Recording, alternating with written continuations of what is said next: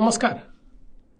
महाराष्ट्रातील 12 जिल्हा परिषदांच्या येत्या 7 फेब्रुवारी 2026 रोजी निवडणुका होत आहेत.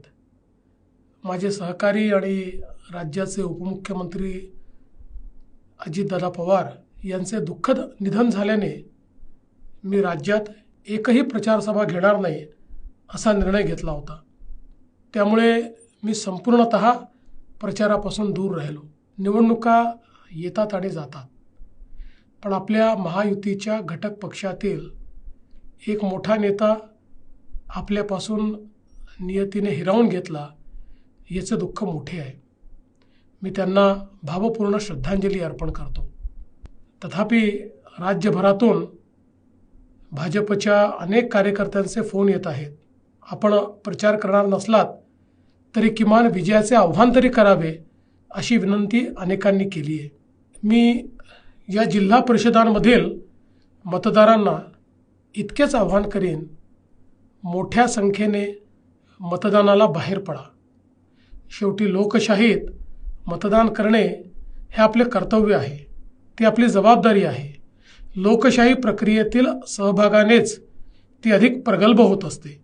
आज केंद्रात पंतप्रधान माननीय नरेंद्र मोदीजी यांच्या नेतृत्वात संपूर्ण देशभरात विकासाचे नवीन पर्व सुरू झाले आहे. केंद्र सरकारकडून आपल्या राज्याला मोठी मदतसुद्धा मिळते आहे. राज्यातही महायुती सरकारने प्रत्येक घटकासाठी विविध योजनांची आखणी केली आहे.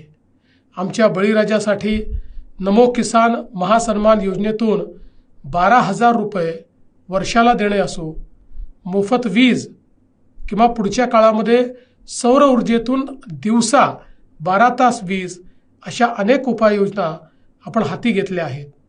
राज्यातील बहुतेक सिंचन प्रकल्प मार्गी लावण्यात आले असून त्यांची कामे मोठ्या प्रमाणात सुरू आहेत. शेतीत आर्टिफिशियल इंटेलिजन्स सारखे तंत्रज्ञान आणण्यासाठी मोठी योजना हाती घेण्यात आली आहे. लाडकी बहीण योजना ही तर आमच्या लाडक्या बहिणींना सातत्याने दर महिन्यात मदत करते आहे. लखपती दीदी योजना आमच्या नारी शक्तीला सक्षम करते आहे.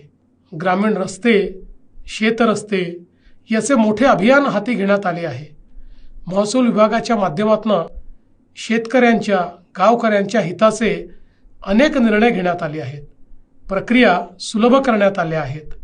मी नुकताच दावोसला जाऊन आलो. आज अनेक जिल्ह्यांमध्ये मोठ्या प्रमाणात गुंतवणूक होते आहे. अन्न प्रक्रिया, शेती, डेअरी, पशुपालन, मत्स्य व्यवसाय असे अनेक उद्योग सुरू झालेले आहेत.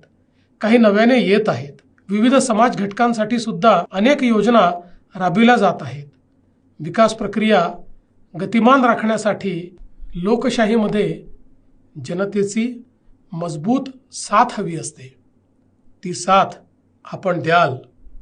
जिल्हा परिषद असो की पंचायत समिती असो, प्रत्येक ठिकाणी रिंगणात असलेल्या भारतीय जनता पक्षाच्या उमेदवारांना आपण प्रचंड बहुमताने निवडून द्याल हा मला पूर्ण विश्वास आहे. आणि तेच आव्हान करण्यासाठी मी आपल्यापुढे या व्हिडिओच्या माध्यमातून आलो आहे. येत्या 7 तारखेला कमळाचे बटन दाबून आपल्या गट आणि गणातील सर्व भाजपच्या उमेदवारांना प्रचंड बहुमताने विजयी करा, ही आपल्याला नम्र विनंती. जय हिंद, जय महाराष्ट्र.